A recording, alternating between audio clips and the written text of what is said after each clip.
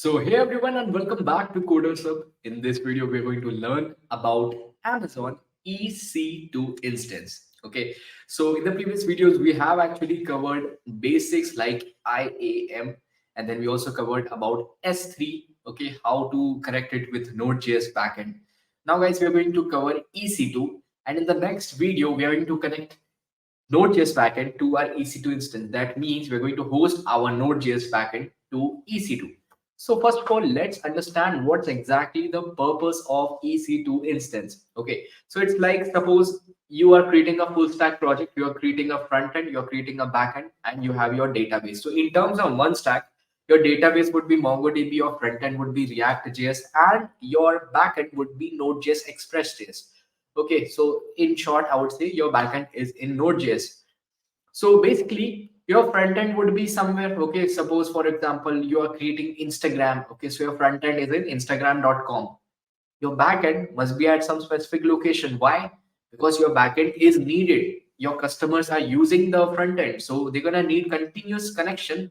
The front end needs the continuous connection with the backend so that you can get the user data, images, real-time processing, and different kind of things. Okay, so backend must also run 24/7. Okay, front end would be running 24/7, backend would be running 24/7.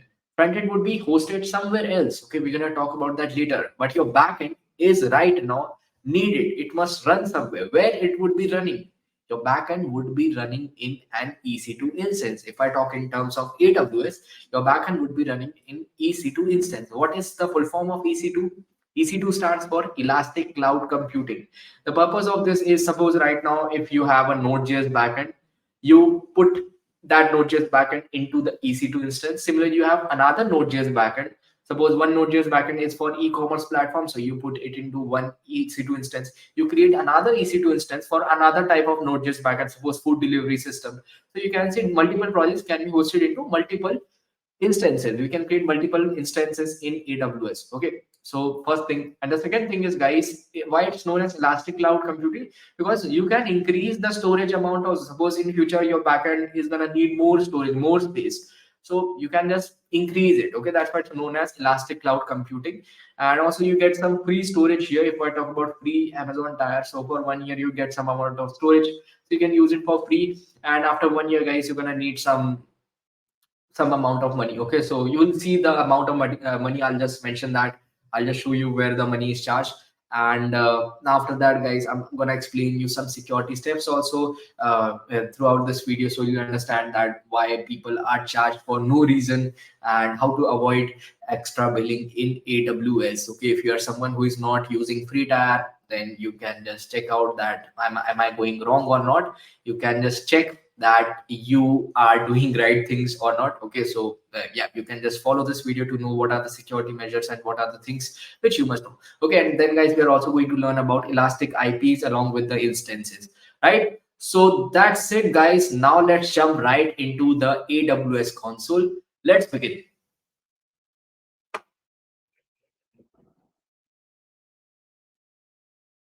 So guys, here you can see that I have started my AWS. So I'll just do one thing. I'll just take you to the home page first of all. So you can see that this is my home page, right? This is my home page. And one thing which you must note is in the previous videos, I taught you about EC2. So if I go to EC2, I'm sorry, in the previous videos, guys, I taught you about S3. So if I go to S3, you would see that at the top you can see that the region is global, so it's like S3 storage is totally fine. You can keep the global as region as global, it would be global. That means storage can be anywhere, that's fine. But if I talk about EC2 is where your backend would be like allocated. Okay, S3 is like where your media files like images, videos, anything could be stored. So this can be stored at any location, but your backend must be stored at some specific location. Okay, so if I talk about EC2, let's type here EC2. Okay, so please watch my previous videos. You'll understand a lot of things which we have covered till now. That is, we created a basic free AWS account, and then we created a user using IAM, and then we learned about S3 buckets. we learned about the private and public different things. Okay, so right now you can see that once I type EC2, you can see that this is the console for EC2, and here we have some instances. Instances just one thing. You can assume that one backend means one instance, another backend is for another instance, and just like that. Okay, so you would be creating Node.js projects. In the upcoming videos, I'll be creating a Node.js backend and hosting it here using EC2. Okay, so that's why we're going to use it. This is not only for Node.js, you can just use it for any other type of backend, but I work on Node.js, that's why I'm gonna follow with that. Okay, so yeah, you can see this is EC2, and here right now we are not going to into any specific kind of backend. Today we are just going to understand what's an instance. Okay, so here you can see that here are some instances. Here you can see instance running is one, and there are total instances are also one. It's like you can stop or run an instance, but it's like suppose there are 10 instances, so here 10 would be here. Okay, suppose five of them are running, so five would be written as here. Okay, and stopped instances would be obviously five. Okay, so yeah, you can just say that five backends are running out of 10. Okay, so five backend would be five number would be here. Okay, and after that we have some extra things like load balancers, elastic IPs, and different kind of things, security groups, etc. One thing which you can see here is we have elastic IP. What is this IP? We'll understand right now. And what is load balancer? It's basically used for when you have a lot of traffic in your website. So in that case, you'll be using in this backend, you will be having a lot of people on your backend, also a lot of traffic in your backend. Also, you're going to use load balancer later. Okay, but right now we're going to skip this, and rest everything is fine. So I'm just going to go here into the instances. Okay, here you can see that right now I'm seeing the running instances. If you close that, you'll see all the stopped and running instances. So you can see that I already created one instance. First of all, your job is to, if you're like, if in future also, by the way, this is free for 12 months, but still, if you are running some kind of uh, things here in AWS, what you need to do is, first of all, I'll always suggest, if there is an unnecessary instance, just stop that instance, because in future if some billing is done, so billing would be for no reason. That's why I would say, if you don't have any reason for running this, just stop this. Okay, I'm not deleting it, I'm just stopping the backend, I'm not running the backend, I don't have any use for this. Okay, so that's why I recommend this. Please stop it. If you have already been running some random backend here, you can see random instance was running here, I just stop this. Okay, I don't need this. Maybe in future I'll need this, so that's why I stopped it. Okay, I can restart it also. For restarting any instance, what you can do is you can just start this, but let's start from scratch. So right now initially you won't see anything. I can just delete this, or I can just remove this if I want. What I'll do is, right now I won't do anything here. I would just create a new instance. So for basically, for creating a new instance, what you need to do is just click on new launch instance. Okay, launch instance, and here you can see that we basically have pi web server. Okay, so this is example. Okay, here you can just give the name. Okay, so I'm just gonna give it test node JS1. Okay, something like that. I'm just gonna name it as test node.js. Actually, I'm gonna give it with today's date. Okay, so 24/02/11. Okay, that would be better. And here you can see that okay, we need to pick the virtual machine. Now, what's this virtual machine? Suppose right now I coded the node.js backend one stack. In which operating system? It's in Windows operating system. Right now I'm using Windows operating system, so I made a Monstack application in Windows operating system. So for running it, for hosting it somewhere to some server, that server must also have some operating system, right? So here are some list of operating systems which you can use, and most people generally use Ubuntu because yeah, for free tier it's great and it's easy to use. Okay, if I compare it with others. Okay, so I'll be using Ubuntu, and since we have a free tier, so I'm gonna use the free eligible tier. Here you can see we have some eligible tiers inside Ubuntu. Also, we have different versions. So I'm gonna use this default latest version. Okay, so these are different versions of the OS, and rest everything is fine. I'm gonna be with 64-bit, and here you can see that here is some memory allocation. Okay, so for 12 months, okay, for 1 year, everything is fine. You don't have any issues, but after 1 year, this is also going to charge according to the rates. You can see these are the rates written here, but for 1 year this is totally free. But if I select anything else, it would be charged. Okay, so just select this if you want something free. from today, okay, if you are just playing around just like me and you don't have any specific usage, so you can go with this free one. And for normal projects, like even if you are making a startup or something, for normal projects this is fine. For 12 months your work would be done. If you don't have that much of traffic, you don't need any purchasing here. Okay, so I would just go with this one. But yeah, according to your usage, you can see you would increase the CPU size also, memory also. So it's allocation, right? It's allocation. The amount of money you put in, the more size you get here. Okay, so I'll just go with this free one, okay, which is by default selected, and you can check it out later if as per your requirements. Okay, so yeah, you can just click on compare instances. You can compare also, and you can see additional cost would also be applied in some cases. Okay, now after that you can see we have some key pairs. Okay, so if I select this, you can see already have one key pair, but initially you might not have some key pair. What's key pair? Key pair, it's basically something which would allow me to connect to this instance through my normal computer. Okay, that means I would be just opening PowerShell here, okay, Windows PowerShell here or whatever from here. Okay, I'll just open this Windows PowerShell, and from here I can connect to my AWS instance. Okay, that means to the AWS. Suppose this is somewhere else, it's in some other country. Okay, my boss is running this AWS account and he's in some other country, and I am an employee. Okay, I have to do some work on this EC2. I want to do some work on this EC2 instance. Okay, so I need some authority. Okay, so I must have this key. Okay, so that I can run this on my local machine. Okay, that's it. So right now, if I click on create new key pair, and I just need to give it, so I'm just gonna say temp key 2, okay, something like that, because I already have temp key 1. Okay, so you can name it properly if you want, right? I'm just naming it temp because I know in future I would delete this. Okay, and here I would just select it as RSA. These are two types of formats, and then this is the PEM file format. I would just select PEM file format and then create key pair. That's it. Okay, so after that you can see one PEM file is downloaded. This PEM file is very important. Never delete this. Okay, just save it to 3 4 places like Google Drive, some secure places, so that if your computer is destroyed still you have the PEM file. Because if you don't have the PEM file, you can't access this backend. Okay, you can't access this backend. Okay, so you can't access this instance, so be very precautious. Never delete this. Okay, please keep it somewhere safe. Make 4 5 copies of this. Just keep it safe. Okay, never delete this. Okay, and never share it to any random person, or always keep this secure. Okay, it's like very important thing. Okay, so now we have the key. What I'm gonna do is I'm just gonna go here, and I'll just go to downloads, and here we have PEM file. Okay, so I'm just gonna copy this, and I would just go to my AWS tutorials folder. Here we created the folder. Here I'll just paste this. Okay, so I'm just gonna keep it somewhere safe. Okay, that's it. I'm just gonna keep it somewhere safe. You can keep it anywhere you want. It's not compulsory you have to keep it in the specific backend folder. No, you can keep it anywhere. I can keep it in C drive also. There is no problem. But it must be safe. Okay, it must be somewhere safe. So I just kept it here. Okay, assuming that I'm gonna create all the PEM files. I'm gonna store all the PEM files here. So I've stored my PEM files here. Okay, so PEM files must be kept safe. Okay, so this file would be actually helping me to connect to this one. Okay, so now we have the PEM file, and you can see that I can reuse the PEM file, old PEM files also, for connecting to this instance. But yeah, this is very important. Please keep it safe. Okay, so now you can see that create security group. If you have some kind of security group already, you can select existing security group.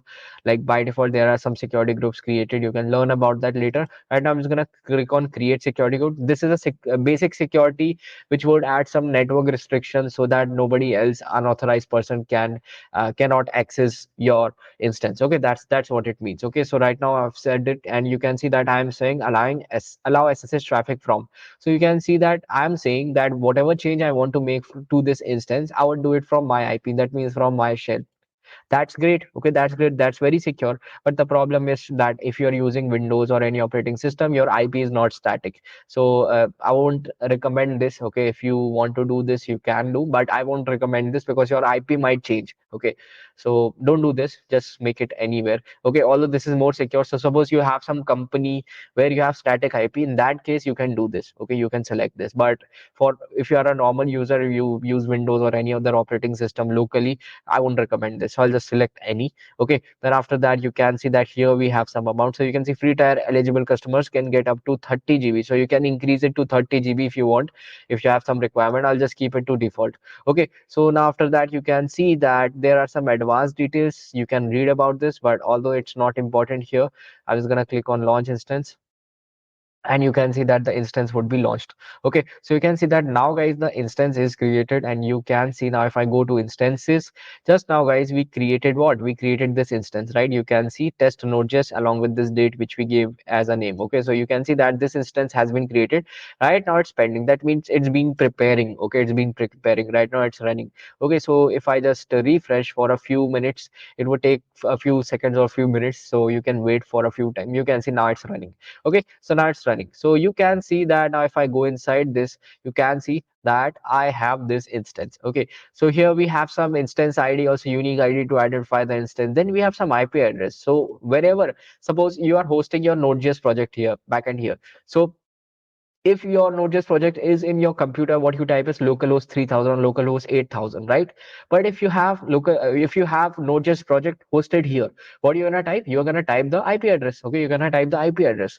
But the problem with this specific IP address which you get here is it's not static. That means it's also like it would change automatically. Okay, so it's very problematic. Okay, so if I give you example, you have your front end application, and the IP address of that front end application would change a lot. Okay, would change automatically. So to fix this, we have elastic IP address. Okay, elastic IP address is simply something which would never change. This would be an IP address allotted to you by AWS, and that IP address would be your permanent IP address, your backend's permanent IP address, so that your front end can connect to your backend. Okay, so never use this default IP address. Okay, which is actually, you can see auto assign IP address would be same as this one. This is auto assign, that means it might change later. Okay, it might change later. Okay, so next time when you open this, it might change later. Let's check it. By the way, I think it must not this time, but okay, let me just stop this instance. If I stop this, and let me just reload, and if I start instance, or what I'll do is, okay, it's stopping. Let's wait for a few seconds. After that, we'll restart the instance. Or in case your IP address doesn't change, you have to reboot it. But yeah, in some cases it changes. The IP address would automatically change. We don't want that. We want a fixed IP address. So if in some case our backend crashed and we are restarting, so at least our IP address is same. Okay, so that the front end can easily connect. Okay, so backend's IP address must never change. Okay, so right now you can see that it stopped. You can see that yeah, IP address is gone. Now let's try to start the instance. You can see as soon as you start the instance, let's wait for it. So you can see right now it's pending. Okay, I'm sorry, we are talking about this one, I'm sorry. uh yes, I have to start this, and let's check it. Okay, so let's check it. Okay, so we are talking about this one, okay, which we created. So we are starting this right now, it's pending, it's starting. Okay, so if I reload, you can see it's gonna take a few seconds again. You can see that now it's running. Okay, now it's running. So if I click on this, you can see now a new IP address is assigned. We don't want that. Okay, we want a static IP address. Okay, you can see that this is not a static IP address. So for that guys, you need to search for elastic IPs. Okay, you can just go here, and here we have elastic IPs. Okay, so here we can actually get some elastic IP. So I'm just going to type here locate elastic IP, and here you can see that we have some things here. I'm just gonna click on yes, I'm gonna click on allocate. Okay, I'm gonna click on allocate, and here you can see that we have one IP address here. Okay, so if I go inside this, and you can see associate IP address, here you need to choose an instance. So I'll just choose the current instance which I created, test node.js, right? So I'm saying that this static IP address, this IP address would never change. This static IP address would be allotted to this instance. So now if I click on associate, you can see that now it's associated. And remember guys, one more thing, you can see that just now we created this IP, but we have one old IP. So this is also associated to some kind of instance, right? But if it's not associated, please delete this, else AWS would charge you some amount. Okay, right now it's free for 1 year, but still just delete this. If you don't need the IP, just free it so anyone else can use this, because this IP is allotted you by AWS, by Amazon. So please delete this if you don't need this. Okay, so like if you want to delete this, what you can do is you can just go on actions, and here you can see we have some things here. Okay, so yeah, you can just go inside this. If you want to remove access from here, you can, if it's not associated, you can actually remove it.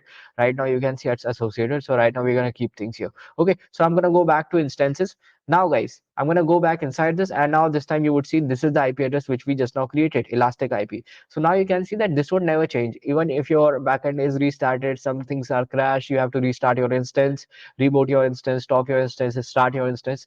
In all cases, this IP address would be same. Okay, so this is now the fixed IP address. Okay, so now guys, inside this, if I click on this, you can see that it would take me to the console. Okay, so you can see it would take me to the elastic IP page. Okay, if I click on open address, suppose if your Node.js backend is hosted here and there are some API login register, so you would get this URL. Right now we don't have anything, that's why it's showing loading. But instead of localhost 8000, now this would be IP address where your Node.js backend is running. Okay, or any backend is running. Okay, so now guys, what we need to do is we would simply go to connect. Okay, we would simply go to connect. Now what we need to do is we need to connect this to a local machine. Okay, so one thing is, if you don't have local machine, you can directly go from here. Here what you need to do is you can simply click EC2 instance connect. Okay, inside this you can see Ubuntu is selected. If I click on connect, you can see that guys, right now we have this IP. Okay, we have this console here. Okay, so for this you must know a little bit of Linux. If you don't know a little bit of Linux, that's totally fine, but yeah, you must know. So one command is ls command, which would show me all the folders or files in this directory. Then we have cd command, then we have mkdir command, different commands. Okay, so we're gonna skip this for now. We'll see this, we'll come back to this again. Okay, so the second thing is what? Second thing is what? Again, I'll just click on connect. Okay, and here you can see we have SSH client. Okay, so SSH client is what? Secure shell. Okay, it's like if you want to use this EC2 instance in your local machine to some friend wants to use this. Okay, wants to make some contribution. Suppose you are the owner of the company, but someone has built the backend. Someone is a backend manager. So you're gonna give the access. Okay, you're gonna give access to that person of this machine. Okay, how can you give this? Of this instance, how you can give this? So you can see that we downloaded a PEM file. Okay, so you're gonna share that PEM file to your friend. Okay, so now suppose your friend has the PEM file. What you need to do is you just need to copy this. Okay, I'll just copy this. And one more thing, guys, you need to install git bash. Git bash. Just install git bash, or you have VS Code also. You can use it with VS Code also. I would just suggest download with git bash since I'm using Windows, so you can download it for Windows and then click next, and your installation would be done. Okay, after that, guys, what you need to do is I'll just go to AWS tutorials and right click, and here you can see we have open git bash here. Okay, so git bash would be allowing me to run Linux commands. Okay, so git is totally based on Linux, that's why we are using git bash. You can use anything else which supports Linux commands, same thing. Okay, so I'm gonna paste that command here, and just remember we are saying that temp key2.pem. Okay, inside AWS tutorials folder, remember we pasted this. Okay, so inside this folder, wherever you have opened git bash, the file must be here, PEM file must be here. Okay, fine. Now what is chmod 400? I'm simply saying all the rights are taken, no one else can change the name of this PEM file, that's it. Okay, so if I hit this, you can see that now some access right have been given. Okay, so now you can see that we have EC2. We have to we can check this, we can connect it with this. What I'm going to do is I'm just going to click on this. This is the example to correct. Okay, so I'm just going to copy this. Okay, now I'll just come back here and I'll just paste it here. As soon as I paste it, you can see it would ask me yes or no, so I just want to connect yes. So you can see that now you can see that it's connected. Okay, it's connected. So right now you can see that this is the same IP. You can see this is the same IP, right? Now if I type ls here, okay, you can see we have nothing. If I type here mkdir to make a folder, make a directory, I'm just gonna name this directory as Harshal, HARSHAL. Okay, so once I create the directory, you can see that if I take you to this page, okay, if I take you to this page, here you can see that again connection has been established. And here if I type ls, you can see that now the directory is available. Okay, we just now created from our local machine. Okay, again what we're gonna do is we're gonna say that cd go inside that directory. So HARSHAL, cd means to go inside that directory. Okay, so you can see that now I'm inside this directory. Okay, now what do I want to do is I want to create some file. So I can just say that touch my file 1.txt. Okay, so I'm creating some file. So similarly, you can just paste your backend files here and whatever you want to do. Okay, so right now if I just show this, so if I type here cd cdharshal. Okay, and now if I type ls, you can see we have my file 1 txt. Okay, so that's how you can just share people this pem file, and then they can just do it from their local machine, so you can see changes in your instance. Okay, so guys, I hope you understood the basic purpose of EC2 instance. You can see that instead of txt file, you would be having your backend, complete backend, your node.js backend, index.js, your complete correction of your backend would be here. So you can assume that this Herschel folder is basically your backend folder. Okay, and you're gonna run this 24/7. So that's some separate topic. But right now, I explain you what's exactly EC2 instance. Okay, so this is one instance. You can create multiple instances. And guys, remember one thing: if you have an instance which is running right now, if you don't need this in future, or today you don't need this, you can just stop this, because it's gonna cost you in future after 12 months. Okay, right now if your account is free, after 12 months it was ask you for charges. Okay, so be cautious about these things, this thing, and also about elastic IPs. Okay, so guys, I hope you understood this video. We learned about EC2 instances. In the next video, I'll explain you how you can host a node.js backend in EC2 instance. We are also going to use S3 along with it. Okay, so be prepared and watch my all of my previous videos, so you'll understand everything. And if you're someone who is not into Node.js, if you are using PHP or some other kind of backend, you can search it on YouTube. You will find some tutorials. But since I'm a merge stack developer, so I'll be taking it into that way. Okay, so that's why we are gonna use Node.js backend in the next video to be hosted in this EC2 instance, so that all people, not only local hosts, all people in this world can use my backend. Okay, any front end can use my backend. Okay, so I'll be having a backend URL. Okay. So that's it for today, guys. I hope you understood this video. If you like this studio which I made today, you can comment below. And also, if you want more such kind of topics related to AWS or any other kind of topics, you can comment below. I hope you understood this. Don't forget to like, share, and subscribe. So that's it for today. I will see you in the next one. Till then, have a good day. Bye bye.